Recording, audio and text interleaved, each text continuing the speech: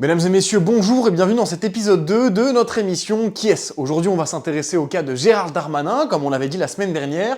Et pour ça, je vais pas vous mentir, on a effectivement une plâtrée de choses à dire sur lui. Passons rapidement sur l'évolution professionnelle de Gérald Darmanin. Honnêtement, cette fois, on va essayer de faire vite, parce que ces scandales, ça va prendre une plombe.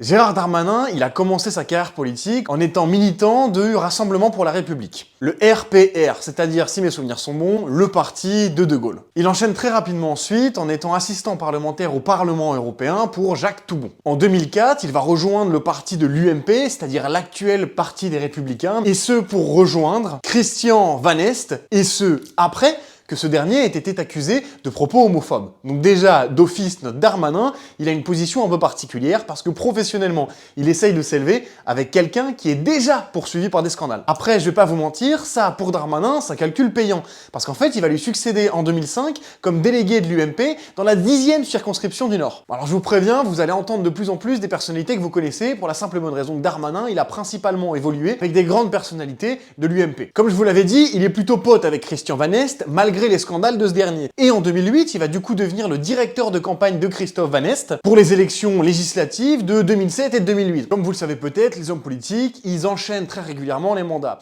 Et je vais pas te mentir, pour Gérald Darmanin, c'est aussi le cas. Pour l'instant, c'est tout rose pour lui. Il avance tout droit vers le haut, et ce, en suivant une ligne directrice assez constante, c'est-à-dire être dans le parti de droite et évoluer dans ce parti en question. C'est pourquoi, en 2010, il va être élu conseiller régional du Nord-Pas-de-Calais, et ensuite enchaîner d'autres types de postes, tels que chef de cabinet auprès de David Douillet au secrétariat d'État chargé des Français à l'étranger, puis ensuite au ministère des Sports, avant d'être nommé directeur de cabinet en 2012. Bon, comme je vous le disais, dans l'histoire de Gérald Darmanin, vous allez entendre des personnalités très connues du côté droitier de l'échiquier politique. Il va être le porte-parole de campagne de Nicolas Sarkozy, il va être directeur de campagne une nouvelle fois, mais cette fois pour Xavier Bertrand, pour les élections régionales de 2015 du Nord-Pas-de-Calais. Ensuite, il va être élu vice-président du Conseil régional des Hauts-de-France, chargé des transports, des infrastructures de transport, des relations internationales, des transfrontaliers, du tourisme et de la communication.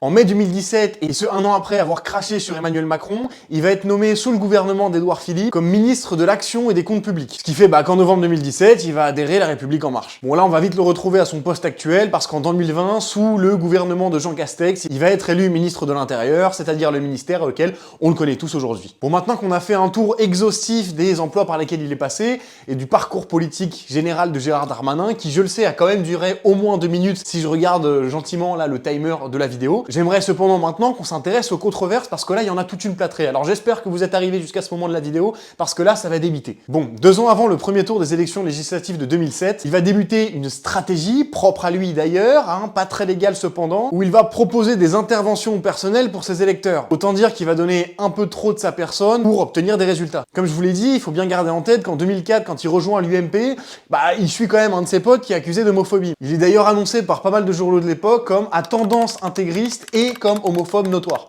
D'ailleurs, c'est pas sans noter que plus tard, il soutiendra évidemment les manifs pour tous et sera contre le mariage pour tous. D'ailleurs, pendant son débat avec Marine Le Pen ces dernières années, on avait vu qu'il avait quand même une grosse tendance à droite, et c'est pas sans noter qu'en fait, c'est dans la directe continuité de l'évolution de ces controverses pendant ces dernières années. En 2008, par exemple, il avait collaboré avec un mensuel d'extrême droite, qui s'appelle Politique Magazine, qui est un organe de presse du parti royaliste de l'Action française, l'Action française qui, on le rappelle, est d'extrême droite et réalise des actions plutôt violentes ces dernières années. D'ailleurs, en décembre 2022, lors d'un débat autour de la réforme sur l'immigration, il va citer l'historien monarchiste Jacques Bainville, qui est une référence inconditionnelle de l'extrême droite. Et c'est à ce moment-là où on se rend compte qu'il est vraiment à l'extrême, quand l'Action française elle-même va se désolidariser de ses propos. En vrai de vrai, je sais pas si vous vous rendez compte de la dinguerie là. Bon, évidemment, Darmanin, il est contre le voile, donc en 2012, il va appeler la ministre des Sports, Valérie Fourneyron, à interdire le port du voile sur les terrains de football du pays. Il va d'ailleurs s'opposer ouvertement à une supposée théorie de genre qui aurait lieu dans les écoles,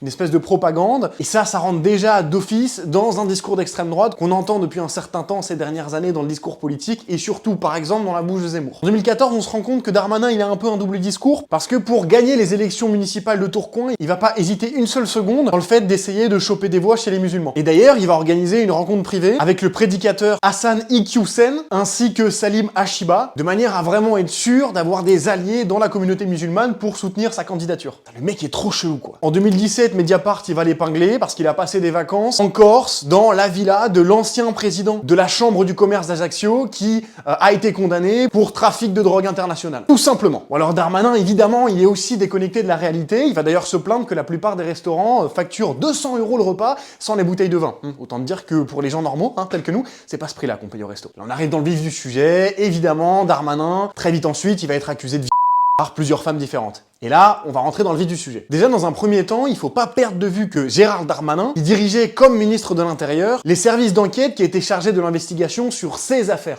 Autrement dit, il y avait quelque peu un petit conflit d'intérêts. Très vite ensuite, il y aura une petite enquête qui va se réaliser et les membres de cette commission d'enquête diront que Gérald Darmanin s'est effectivement défait de ses responsabilités pour ne pas interférer dans l'enquête. Bah, encore heureux, tu me diras. Il va être accusé de sexisme en 2022, notamment lors d'un échange avec une journaliste où il lui dira tout va bien se passer. Et bien en fait, son ex-femme reviendra sur ces faits en disant qu'effectivement c'était inadmissible et que les personnes qu'il connaissait savaient que c'était vrai.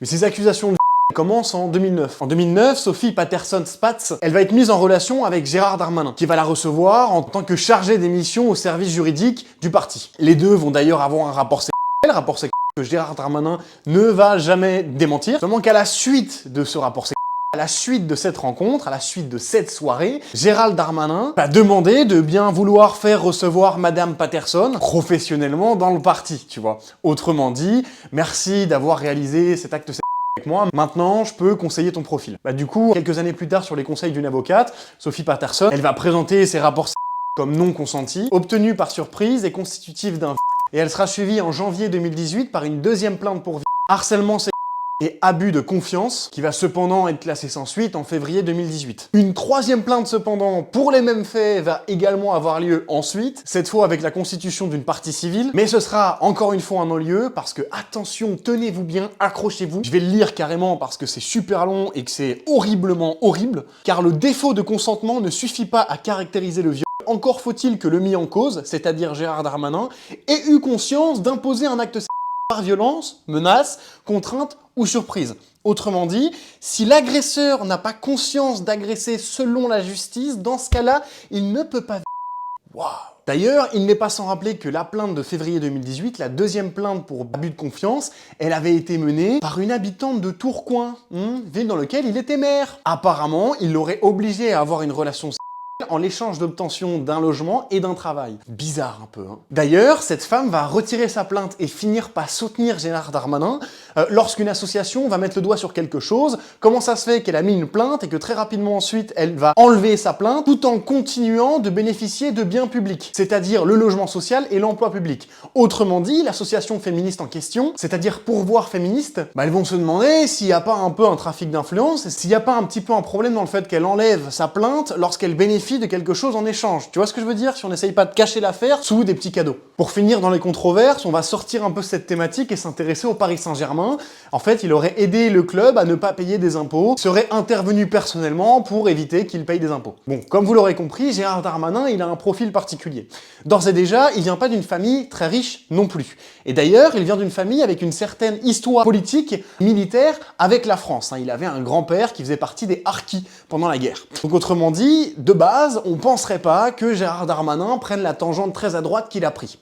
Qui plus est, il est poursuivi par plusieurs affaires juridiques, mais aussi il baigne dans pas mal de controverses, d'abus de biens sociaux, de détournement de fonds, ou en tout cas du fait qu'il a aidé le PSG à pas payer d'impôts, du fait aussi qu'il a cumulé des mandats, et ce, même quand il gagnait trop d'argent pour que ce soit légalement possible, mais aussi et surtout que finalement, avant d'être ministre de l'Intérieur, il a eu encore un autre ministère, et avant tout ça, il avait une évolution politique tout à fait classique dans le monde politique, en montant les échelons au sein de l'UMP et au sein de la République En Marche, deux partis auxquels dès le début, normalement à la base, il était plutôt opposé. Les affaires de controverse de Gérald Darmanin, elles sont pas nouvelles, elles interviennent dès 2004 lorsqu'il soutient cette fameuse amie qui était accusée d'homophobie. Donc finalement, les controverses, on aurait pu les voir venir et les scandales aussi. Alors vous restez maître de votre décision sur est-ce qu'il est légitime ou pas d'être ministre de l'Intérieur et peut-être d'être un jour Premier ministre, parce que c'était lui qui était pressenti pour être Premier ministre avant Gabriel Attal. Gabriel Attal, qui je vous le rappelle, sera la personnalité dont on parlera la semaine prochaine. En tout cas, je vous laisse réfléchir autour de ça. Je sais que j'ai été un peu plus scindant sur le cas de Gérald Darmanin, mais il faut dire que son histoire est rocambolesque. J'espère que cette vidéo vous a plu, que le rythme soutenu vous a aussi un peu plus plu, que les nouvelles lumières et que l'usage du micro, ça vous plaît quand même un peu. Bref, on se retrouve dès la semaine prochaine pour d'autres concepts et surtout pour la continuation de cette série de vidéos sur les ministères. Salut!